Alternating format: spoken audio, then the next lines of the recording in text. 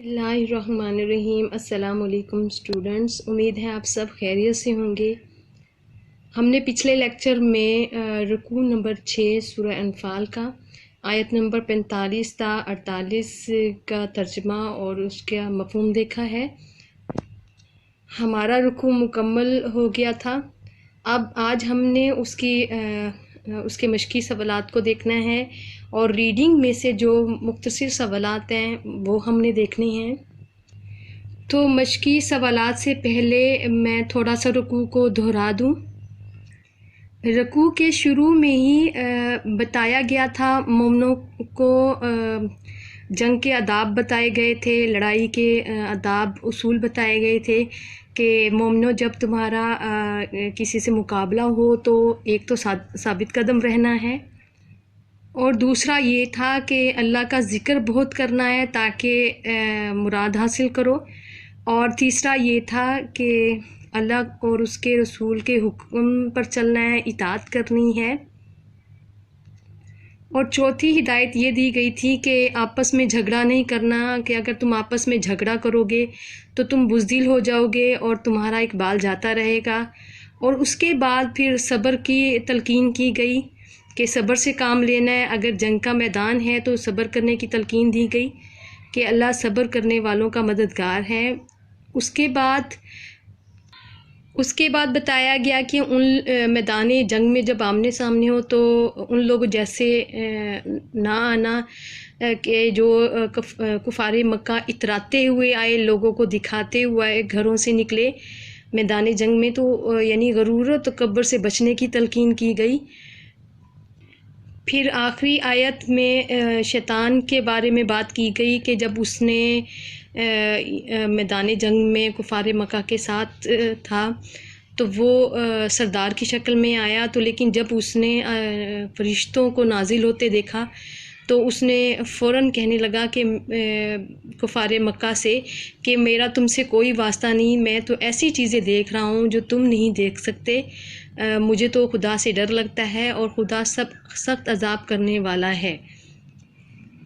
تو یہ تھی اہم باتیں جو اس رکوع میں تھیں۔ میں نے ایک دفعہ پھر اس کو دہرا دیا ہے تاکہ جب ہم مشقی سوالات کریں تو آپ لوگوں کو آسانی سے دوبارہ سے اس کے دہرائی ہو جائے اور آپ لوگوں کو آسانی سے سمجھ آ سکے۔ تو اب دیکھتے ہیں ہم مشقی سوالات کیا ہیں اس کے۔ سوال نمبر 1 ہے، کفار کے ساتھ مقابلے کی صورت میں مسلمانوں کو کون سے کام کرنے اور کن باتوں سے بچنے کا حکم دیا گیا ہے؟ جواب، کفار کے ساتھ مقابلے کی صورت میں مسلمانوں کو مندرجہ ذیل کام کرنے کا حکم دیا گیا۔ نمبر 1، دشمن کے سامنے ثابت قدمی اور مستقل مزاجی اختیار کرو۔ نمبر 2، فخر و غرور کی بجائے اللہ تعالیٰ کو کثرت سے یاد کرو۔ نمبر 3، تمام معاملات میں اللہ تعالیٰ اور اس کے رسول صلی اللہ علیہ وآلہ وسلم کی مکمل اطاعت کرو۔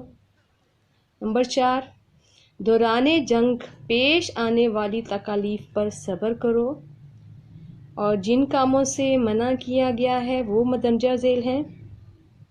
نمبر 1، آپس میں اختلاف اور نزاع سے بچو، ورنہ بزدلی پیدا ہو جائے گی اور روب ختم ہو جائے گا۔ نمبر 2، تکبر، غرور اور ریاکاری سے بچو۔ تو یہ تھا پہلے سوال کا جواب۔ ہم اب دوسرا سوال دیکھتے ہیں۔ دوسرا سوال ہے، غزوہ بدر میں مسلمانوں کی نصرت کے لیے نازل ہونے والے فرشتوں کو دیکھ کر شیطان کا رد عمل کیا تھا؟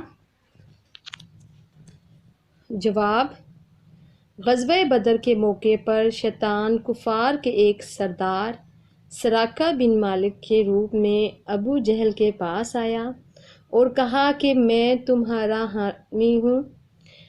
اس طرح شیطان غزوہ بدر میں شریک تھا، لیکن اس نے مقابلے کے وقت جب فرشتوں کے لشکر کو دیکھا تو واپس بھاگا۔ جب کفار نے روکا تو کہنے لگا، جو مجھے نظر آ رہا ہے وہ تمہیں نظر نہیں آ رہا، اور میں اللہ تعالیٰ کے خوف سے ڈرتا ہوں اور میں تمہارے کاموں سے لا تعلق ہوں۔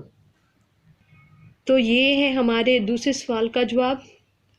اب ہم نے رکوع میں سے جو مختصر سوالات بنائے ہیں وہ دیکھتے ہیں کہ وہ کیا ہیں۔ سوال نمبر 1، مومنوں کے آپس میں جھگڑا کرنے کی صورت میں کس نقصان کا تذکرہ کیا گیا ہے؟ جواب، اے مومنوں، آپس میں جھگڑا نہ کرو، اگر تم آپس میں جھگڑو گے تو تمہارا رعب و دبدبہ ختم ہو جائے گا۔ سوال نمبر 2، میدان بدر میں جب فوجیں آمنے سامنے ہوئیں تو شیطان نے کیا کہا؟ جواب، شیطان نے کہا کہ میں تم سے الگ ہوں، کیونکہ میں ان فرشتوں کو دیکھ رہا ہوں جو تمہیں نظر نہیں آتے، اور میں اللہ سے ڈرتا ہوں جس کا عذاب بڑا سخت ہے۔